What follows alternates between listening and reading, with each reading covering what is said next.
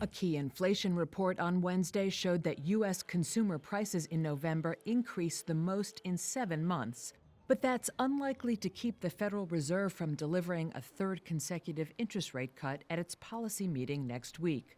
The annual inflation rate through November, according to the Labor Department's Consumer Price Index, was 2.7%, a slight uptick from October, but in line with economists' expectations.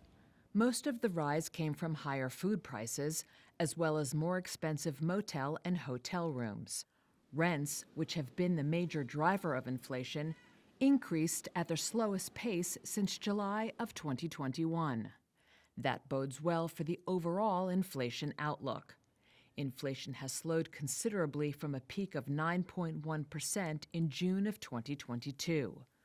But progress in lowering the annual rate to the central bank's 2% target has stalled in recent months. The Fed, however, is now more focused on the labor market.